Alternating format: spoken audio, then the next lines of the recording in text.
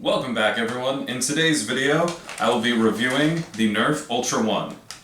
The Nerf Ultra One was the flagship blaster of the Nerf Ultra series. You could probably tell that by the name One. It is the first one that they made. The Nerf Ultra One is a semi-automatic, flywheel-driven, drum-fed blaster that holds 25 of the Nerf Ultra darts. Alright, let's go over the features of the Ultra One. Starting up front, we have a front sight, which will correspond with the rear sight that's in the mid right here on your unjamming door, and it also doubles as a sling mounting point. We have a tactical rail right here up top for your accessories that you would want to add, and down on the front we have a front grip. In the center here, we do have an unjamming door in case you get any jams or malfunctions, and another accessory rail here on the back of the top. Located in the center of the Ultra One is the 25 round drum. You load it by pressing your darts in from the front, and you do want to make sure that you press them all the way in. If you leave them out at all, it is a very tight gap between the darts and the body of the blaster, so they will jam if you do not push them all the way in. You can also free spool the drum magazine to expose and reload more. Like I said, you just press your darts in and make sure they are fully pressed in so they don't interfere with the spinning of the drum. Continuing back from there, we have a non-adjustable fixed stock that is connected to the blaster. You cannot remove it or adjust it. You have a little butt plate and a cheek rest. There are two sling mounting points on the top and bottom of the stock, and it does hold on either side 4 extra darts, so 8 in total. Moving forward from there is the grip. Now it is a thumb hole style grip, which I have seen a lot of people don't necessarily like them, but since this stock is so thin, I have no actual interference and my hand is able to get in a very good position when holding this blaster. The grip itself I do actually enjoy. I have heard that some people don't like the original Ultra grips, but I tend to enjoy them. I guess they just fit my hand very well, but some people do complain about the ergonomics of the grips, but it doesn't affect me personally. There are 2 triggers, just like most flywheel blasters. The bottom trigger is the rev trigger. If you press it, the blaster revs up, and the main trigger will press a dart through and rotate the drum, and it is your main firing trigger. I do not like this trigger at all. It's pretty bad. Like I said, it not only presses the dart into the flywheels, it's also rotating this big drum. The trigger pull feels terrible, in my opinion. It has 2 stages to it, as you're rotating the drum and pushing the dart, and they have different pull weights, and it feels really bad. And if you don't cycle the trigger all the way to the back, you will not fully rotate the drum and shoot the dart, and it'll lead to malfunctions. And I really don't like it, and it takes some getting used to. When I first fired the blaster, I would end up pulling the trigger the first stage, which just rotates the drum, and not firing any darts. So I had to build up a muscle memory of pulling pretty much as hard as I could every single time to make sure I'm doing both stages of the trigger and getting that dart out of there. So overall, trigger is pretty bad, but once you know how it works, you can cycle the blaster fairly easily at that point, but it takes some learning and you have to make sure you pull the trigger all the way every single time. Ultra One runs off of 4 C batteries, which are located in front of the grip in this front area underneath. I'm going to go ahead and open that up so you can see what it looks like. Once you've undone the screws, you can pull out the battery tray here, I guess. It does have self-contained screws, so you don't have to worry about losing those. And it runs off, like I said, 4 C batteries, so this adds quite a bit of weight and isn't a very high voltage, meaning this blaster is not super powerful. Nerf Ultra One with the included ultra distance darts.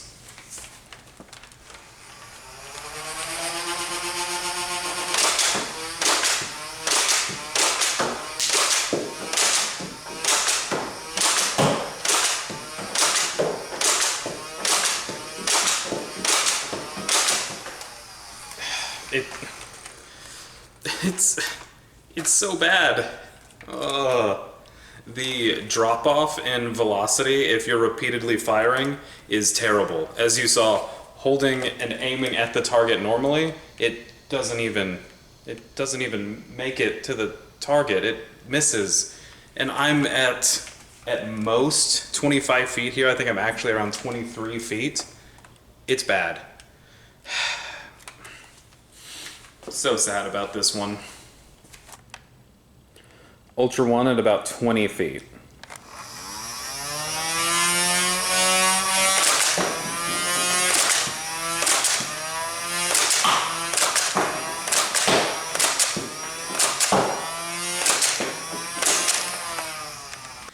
As you can see, the performance of the Ultra One isn't great. Before we get into that though, I do want to say I was super excited when I saw the Ultra line announced. I really enjoy the looks of specifically this blaster that I saw on all of the marketing when it was first launched. And I mean, just look at it. It looks fantastic. I was so excited when I saw this. It looks like something straight out of Doom to me, and I really enjoyed it, and I really wanted this to work well. But unfortunately, it just doesn't. The performance out of this blaster is so bad that I couldn't see myself ever really using it, and that's really disappointing for me. I really wanted this thing to work. To put that into perspective, the Ultra One on my chrono averaged 59 feet per second, and that's even slower than most Nerf Elite blasters. They average around 70, and that's terrible for the Nerf Ultra line. All of the other Ultra blasters average around 90 or more FPS. This is just terrible. It doesn't perform in really any area. The trigger pull isn't great. The drum size is actually pretty good at 25, and I do like that you can constantly be loading in your darts without having to open up anything. The exposed drums are much better than internal magazines in my opinion. They're still not quite as good as actual removable magazines, but this is usually my second option, my second preferred option when it comes to a magazine type, because I just like that you can load at all times. If you shoot a couple rounds as they appear over here and you have downtime, you can just be slotting more darts in. I also took the Ultra One outside to do some testing in different situations. This first clip I'm going to roll for you is me shooting the Ultra One at a target that's only 30 feet away. I have the blaster shouldered and flat looking down the iron sights and aiming at the upper torso of the target, and I'm just watch how it performs. Nerf Ultra One.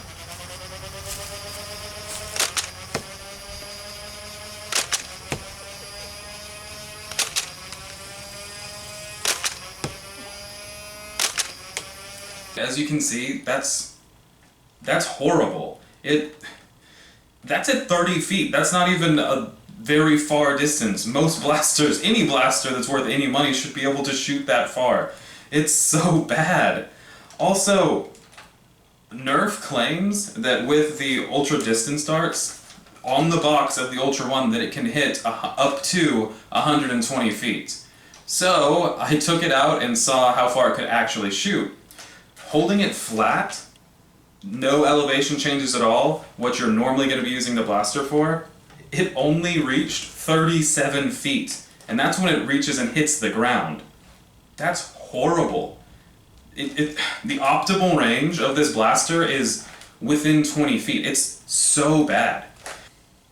Also, to try and hit the 120 foot mark, I gave it the best chance possible and held it at a 45-degree angle and gave it a few shots, and its best shot was 64 feet. The farthest this blaster can reach is 64 feet. That's barely half of its claimed distance. This blaster it doesn't perform, and I'm so sad about that. It looks so cool. I like the design. It's small but big. It has a good drum size. I like the ergonomics. But overall, it performs terribly, and I'm so sad about that.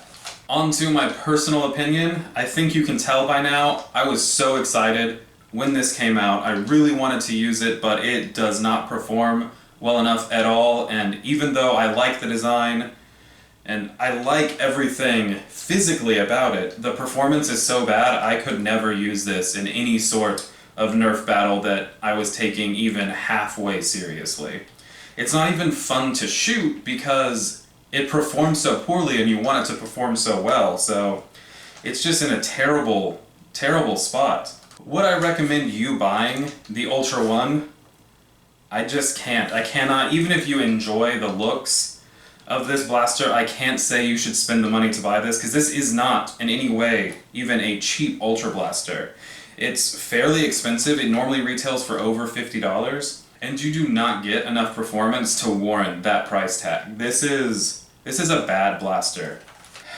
Overall, I would really like to upgrade the performance of this blaster and actually make it usable, because, like I said, I want this to be a good blaster, and it's gotta be possible. Wait, what? Oh. Oh, you're talking about this? Oh yeah, well, this is my modified Ultra One, and it's great, yeah. Oh. Yeah, you're right.